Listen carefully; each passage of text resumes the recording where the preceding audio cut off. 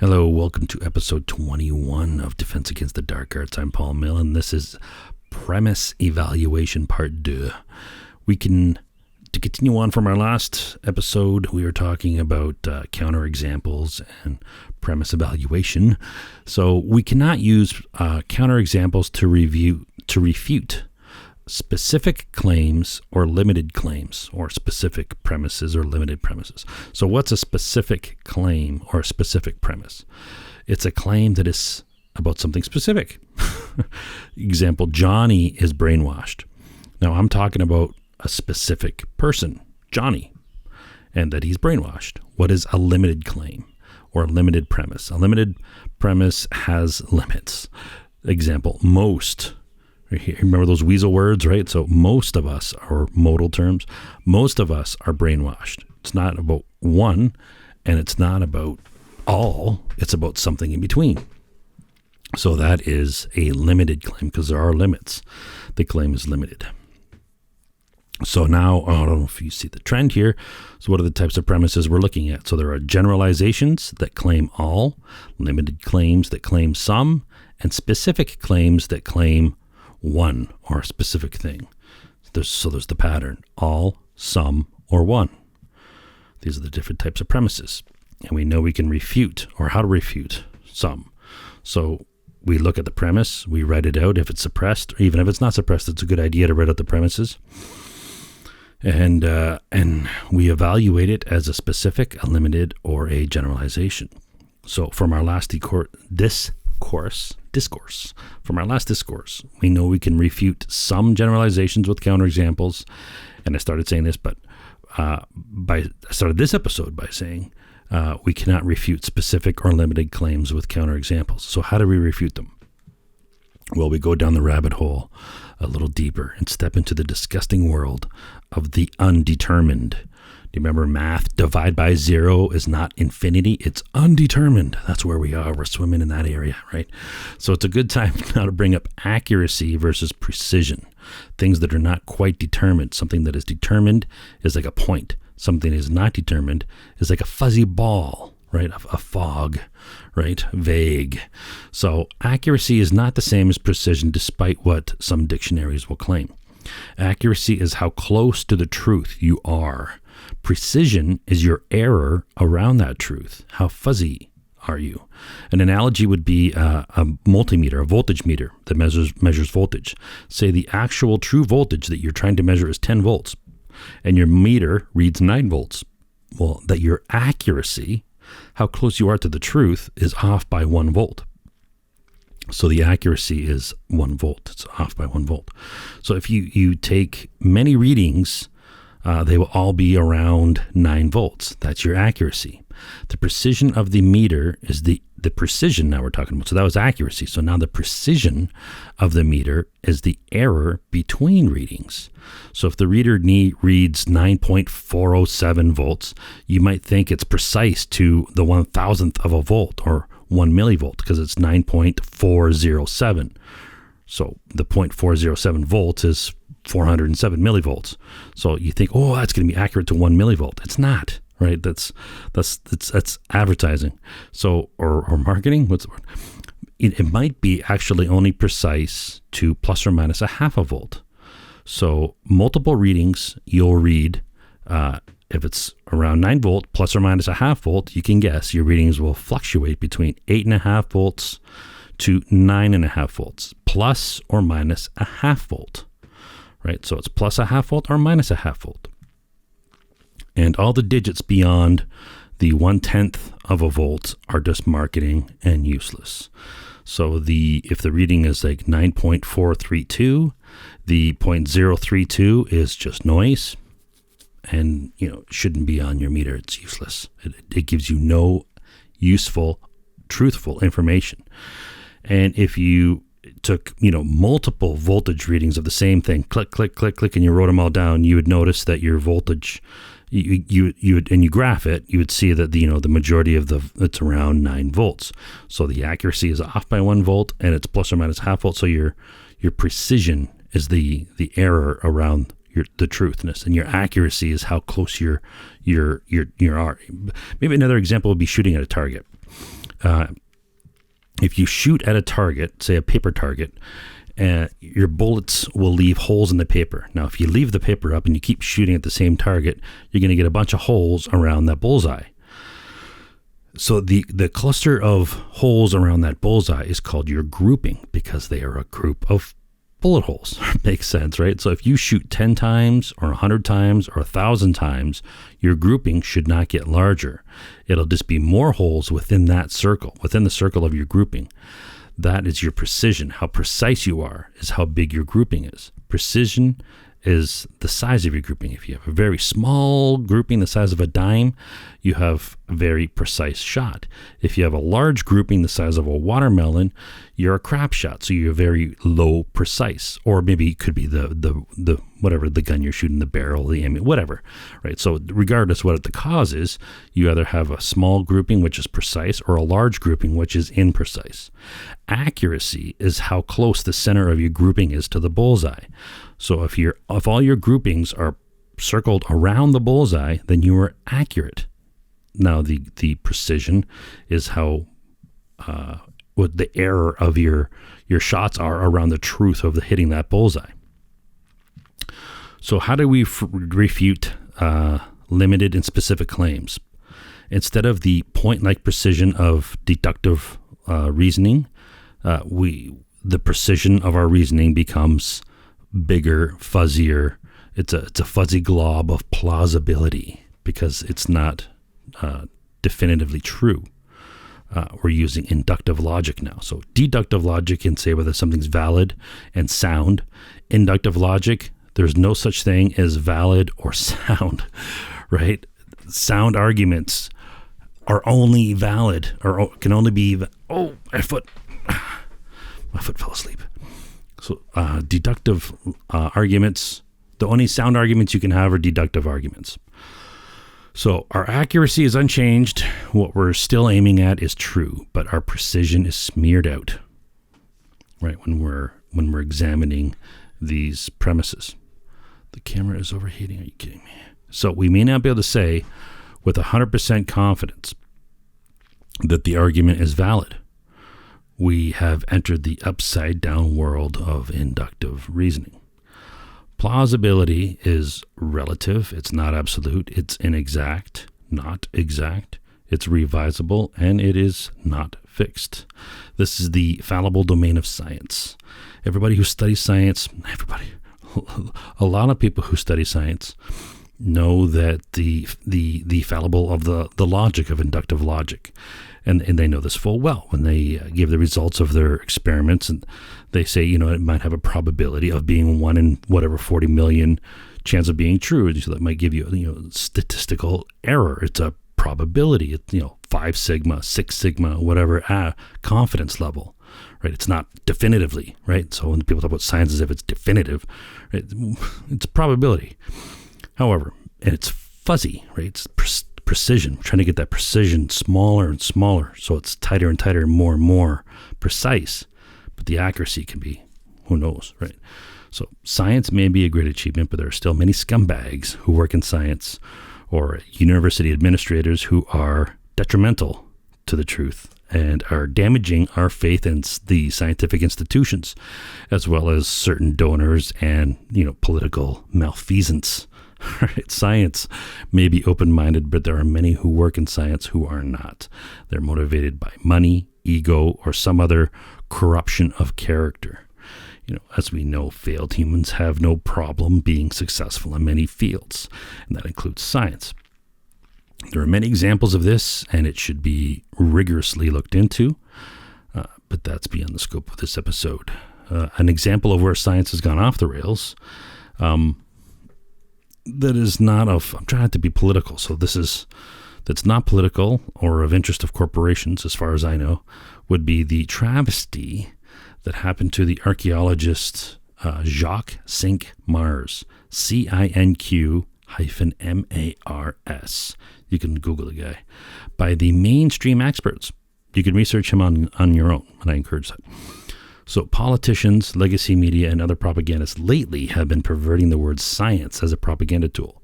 Anytime a random assertion has been made, propagandists throw the word in science to manipulate us to believe there is actually valid science that supports the propaganda when in fact there is not. Can we trust institutions that are peer-reviewed? No. Why? Because they have lied. They have claimed things that we know are false. Now, I'm not talking about false in the terms of science and how science changes. I'm talking about things like this recent lab leak hypothesis with the Wuhan lab, when there were actually scientists who are saying it's been debunked, and they give bogus reasons. So they are literally debunking their own, what's the word I'm looking for? Credentials? Yeah, their own validity as scientists. I think it was a report I read. I remember getting to arguments about this with people, and I think it was the New England Journal of Medicine. I'm not 100% sure now, but they claimed the Wuhan lab leak was debunked, and the reason was because the strain was too different to not have occurred naturally. So I called bullshit. I called bullshit and was slammed by experts who called me all kinds of names, right, for questioning it. So it's not just politicians and legacy media that are corrupted. We cannot trust mainstream experts in science either. And what was their motivation for lying in that report? I don't know. Were they paid by China? Were they paid by the World Health Organization? Or were they just politically motivated for some, distorted reason? I don't know. It shouldn't be, right? Science is not supposed to be that way, but it is today. But so, again, the reasoning, it doesn't really matter at this point unless you're trying to track it down and stop it from happening. But for our purposes, it doesn't matter. The fact remains that we can no longer trust mainstream science experts. They have debunked themselves, right? I'm not saying they're all liars, but the problem is we don't know which ones are. So our trust in them has been compromised. We still have common sense, and while our guts are not omniscient or precise, our guts can be accurate. We all know that corporations and organizations can fund their own version of science. We've seen this in the past, and they make claims using their perversions as evidence to manipulate and deceive the public or to lobby for policy. We've seen this in the oil industries with lead in the water. We've seen it with tobacco, with cancer and smoking. We've seen it with big food, I think, with sugar, refined sugar, and trying to go after healthier, fat or whatever. It's not a debate between science and religion. It's a fight between truth and bullshit. Manipulators can be creative geniuses, and only an idiot today would blindly believe some vague reference to some bullshit study at some bullshit biased university that is sucking China's tit for funding and students. So we need to question more. We need to question everything. If some article or story does not give citable evidence, don't believe them. If they don't give it evidence and its source, if they do give evidence and the source of this evidence, then you can track it down.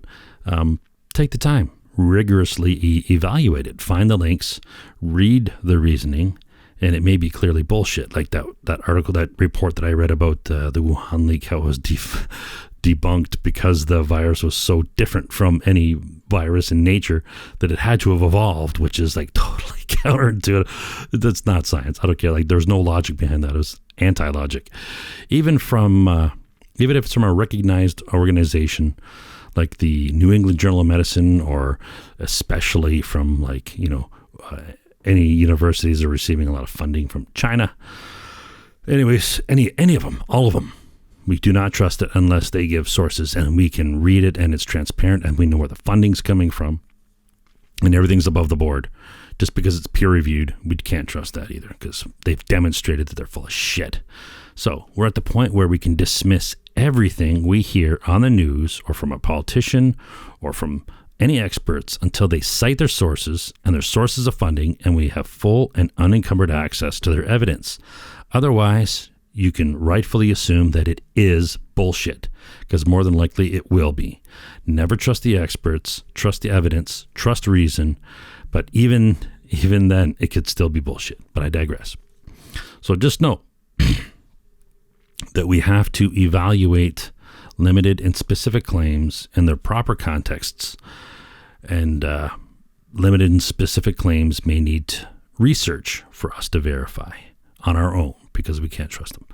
right? So to evaluate a premise that is limited or specific and it does not cite its evidence, we can place it on the back burner of plausible bullshit. Each of us is unique. We have unique experiences. We have unique schemata from which we can judge the plausibility of a premise. We suppose, we presume. Courts don't assume you are guilty. Courts are like law. My mouth is getting dry. Courts do not assume you are guilty, but they might presume you are innocent. They might. In judging plausibility, there's a great danger of believing bullshit claims that we might want to be true. This does not mean that those claims are not true, but we should not allow ourselves the indignity of believing something just because we want to believe it, or because, it's slamming some person or politician that we do not like. That is not enlightened.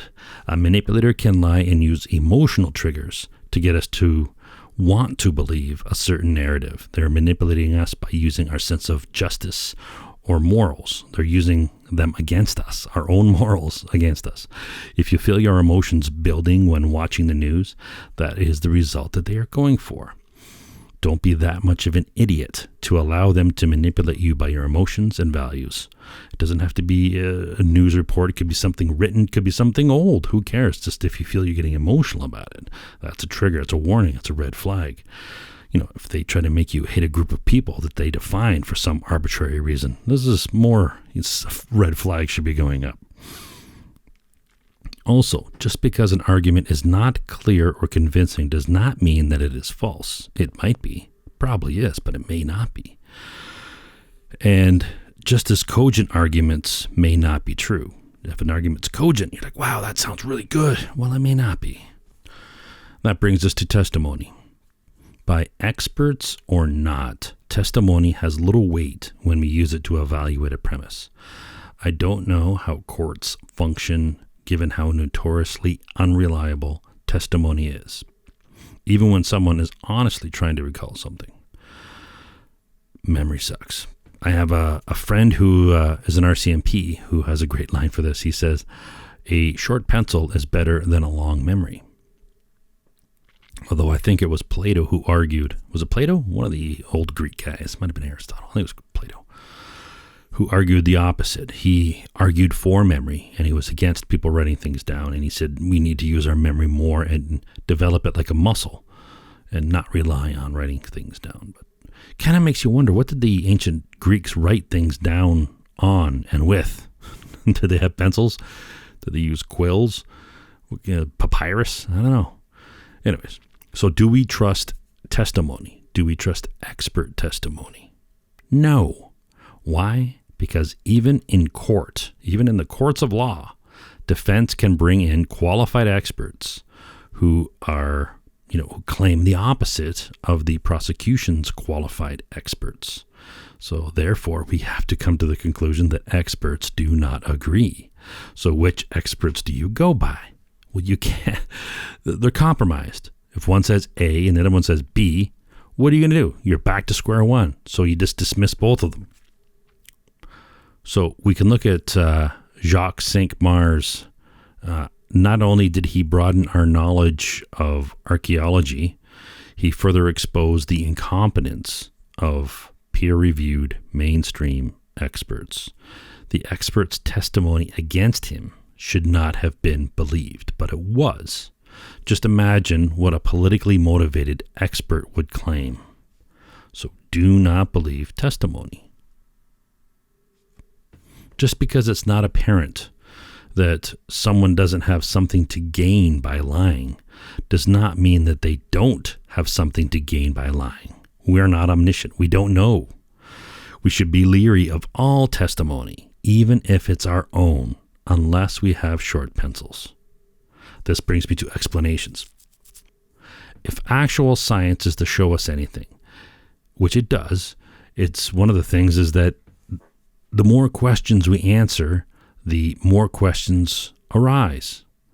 This is against common sense. You would think that the more you know about something, the less questions you would have. But in a lot of things, the more we learn, the more we know how little we actually know about those things. So explanations that raise more questions may not be false. They may not be lies. In fact, they might be the best explanations we currently have.